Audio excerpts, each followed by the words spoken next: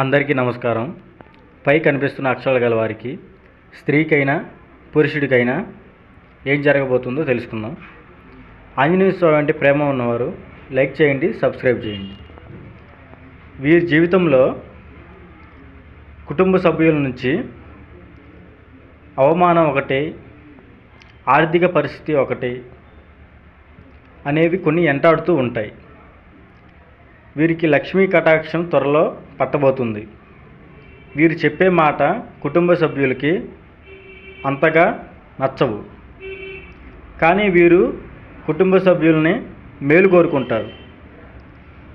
వీరు మంచి చేసినా చెడు అవుతుంది. వీరి జాతక ప్రకారం స్త్రీ పురుష వశీకరణ చేయబడును, గుప్త నిధులు తీయబడును.